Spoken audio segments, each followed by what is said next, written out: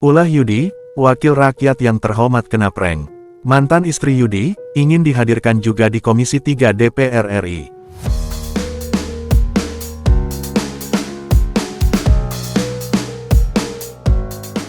Ocehan warga Moresan, Jebres Yudi, di Komisi 3 DPR RI mungkin membuat malu wakil rakyat yang terhormat tersebut.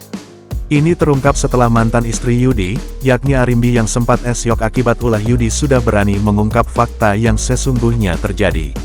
Arimbi mengungkap bahwa apa yang dikemukakan Yudi di Komisi 3 tidak benar kalau Arimbi jadi korban perkosaan yang dilakukan oleh seseorang berinisial D.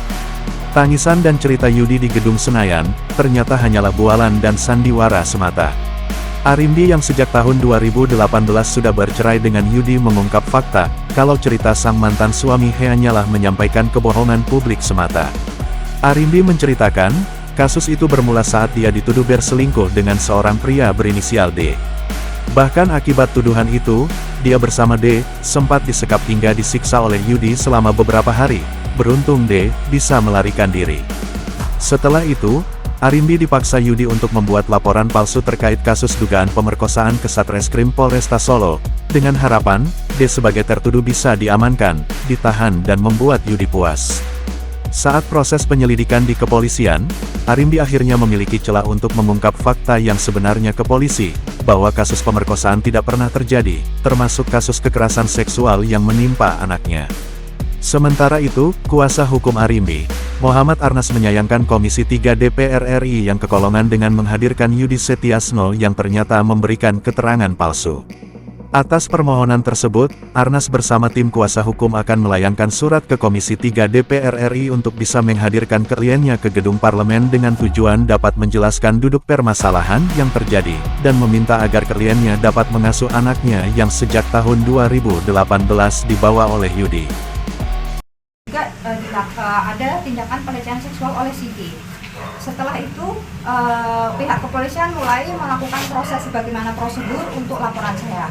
Di saat suatu ketika si Y lengah, saya sempat bisa ada kesempatan untuk memberitahu di pihak kepolisian bahwa laporan ini semua adalah laporan palsu.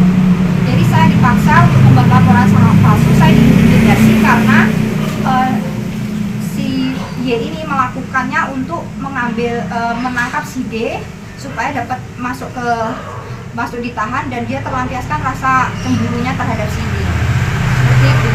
Mbak Arimbi, untuk penegasan artinya kasus pemerkosaan itu sama sekali tidak ada terjadi. Jadi saya dipaksa untuk memberikan laporan palsu di kepolisian, sedangkan saya sendiri tidak pernah terjadi sesuatu terhadap saya dan anak saya.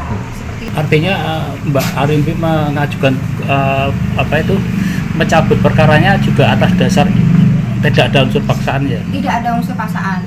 Saya sendiri mau mencabut laporan ini karena sudah selesai. Di tahun 2017 sudah selesai. Sudah tidak ada masalah lagi. Mbak, dan sebagainya. Kalau Mbak saat dalam penanganan kemarin seperti apa? Kalau dalam penanganan pihak kepolisian sangat welcome sekali ya. Maksudnya semua keluhan saya dan semua masalah saya bisa tersesuaikan sesuai dengan kenyataan yang ada. Jadi untuk si Y, dia memang selain temperamental dan juga cemburuan, sewaktu masih sama saya juga dia pemakai narkoba aktif. Jadi mungkin kita nggak tahu ya, kan polisi membutuhkan bukti bukan halusinasi, ya, seperti itu.